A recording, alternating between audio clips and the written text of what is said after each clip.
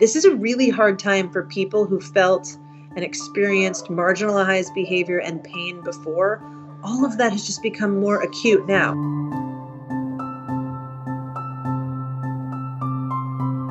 The pandemic has caused a lot of changes for us. We have seen our volume grow 40% since the start of COVID. We can handle more, so text us.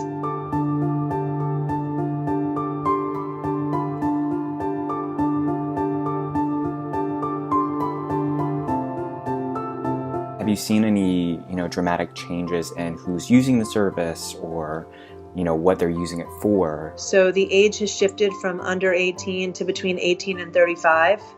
Those are the people who are finding their lives most disrupted right now.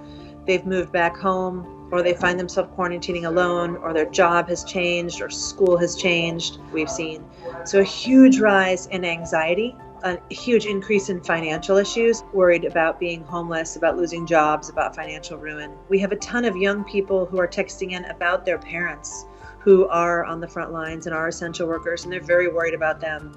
But the most fascinating thing, I think, is that the frontline people themselves who text in are worried about getting the virus, are worried about their own financial position, but the thing they're worried about most is giving the virus to their other family members.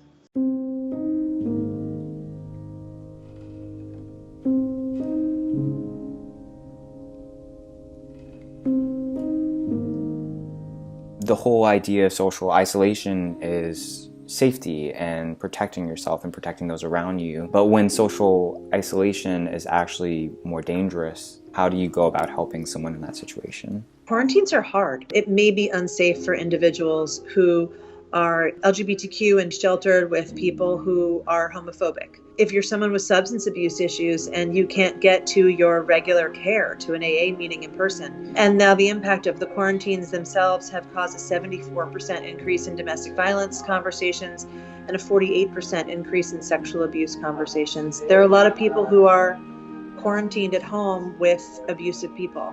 We can be there with you in that moment because it's text, because it's quiet, because nobody hears you.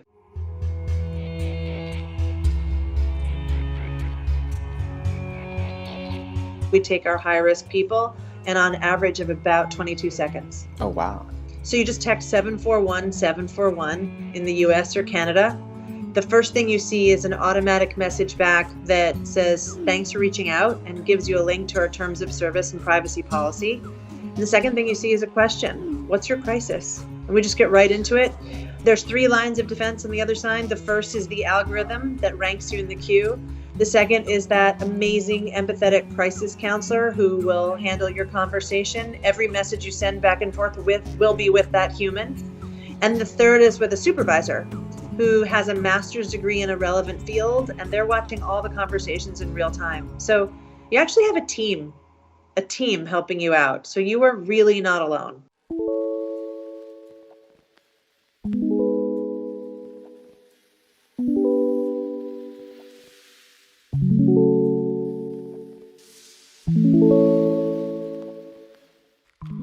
And so who primarily was using the service in the beginning? Crisis Text Line has always skewed young, poor, rural, and diverse. From the day we launched, the top 5 issues that we saw were relationships, depression, anxiety, suicide, and self-harm, in that order.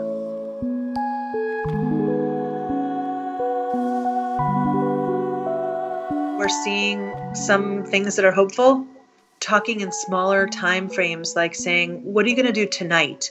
What's your plan for tomorrow to stay strong? Just thinking about this one day at a time really works. We just want to reach more people. We want more people to know that we're here and available, and no crisis is too small.